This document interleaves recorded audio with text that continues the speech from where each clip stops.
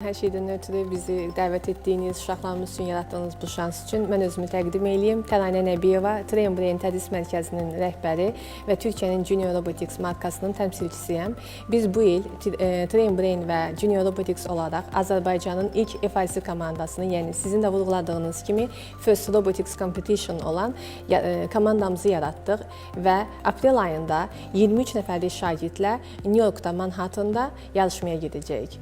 İstərdim ki, komandanın haqqında və FRC haqqında tələbələrimiz daha geniş məlumat versinlər və əlbəttə sizin dediyiniz kimi robotexnikanın bütün sahələrdə necə tətbiq edilməyi haqqında gənc mühəndislərimiz danışsınlar. Mən Həsənova Firəngiz, 14 yaşım var, Elitər Gimnaziya məktəbinin şagirdiyəm və Mekak komandanın üzvüyəm.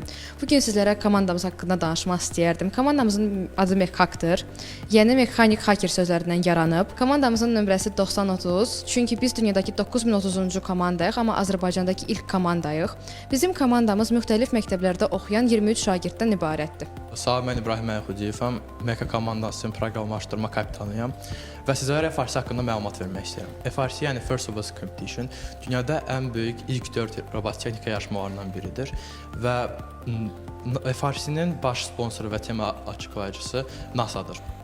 Hər il yanvarın 7-sində bizə tema açıqlayır NASA və bizə materiallar göndərir Amerikadan. Məhdud vaxtda, məsələn, apreldə biz yarışmaya gedəcəyik və o vaxta qədər bizə materiallar və göndərirlər.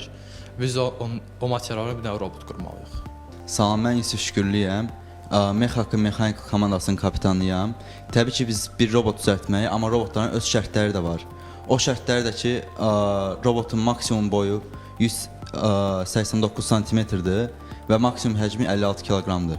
Amma çox ideal bir robot hazırlamalısınız. Bəli. Niyə o şərtlərə uyğun olmalıdır? Niyə şərtlərdən çıxmaq olmaz? Əsas məqsəd nədir? Əhməd bəy, mən istədim ki, izahata siz verəsiniz. Çox limitli bir rəqəmlərdən adını çəkirik. Nəyə görə belədir? Bu şərtlərin bir səbəbi olmalıdır. Bəli. Əvvəlcə sizə təşəkkür edirəm bizə bu fürsəti verdiyiniz üçün. Mən özüm haqqında məlumat verim. Mən Əhməd Bayraqdarov, hazırda Azərbaycan Texniki Universitetində robotlar və robot texnik sistemlər üzrə magistr 1-ci kurs təhsili alıram və Mekak komandasının baş mentoruyam, hansı ki texniki tərəfdən.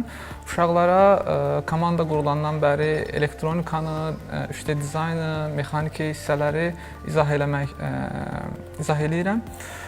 Burada robotda bəzi limitlər var, hansı ki, məsəl üçün elektronikadan limit verəsi olsam, istifadə etdiyimiz pneumatik sistemdə kompresor, yalnız yarışın bizə göndərdiyi kompresor istifadə edə bilərik və yaxud da akkumulyatordan misal verməli olsaq, 12 volt və 18 amper akkumulyatordan istifadə etməliyik. Yəni 24 amperlik akkumulyator istifadə edə bilmərik, çünki bu bizim robotun daha çox enerji sərf eləməsinə və digər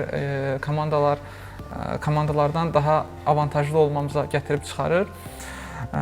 Qarşılaşdığımız çətinliklər barəsində məlumat vermək istərdim. Hansı ki, bəzi detallar və bir çox detallar, hətta deyərdim ki, Amerikadan yarış tərəfindən bizə göndərilir və həmən detalları biz Azərbaycanda əlavəsini və yaxud da kopyasını tapa bilmirik.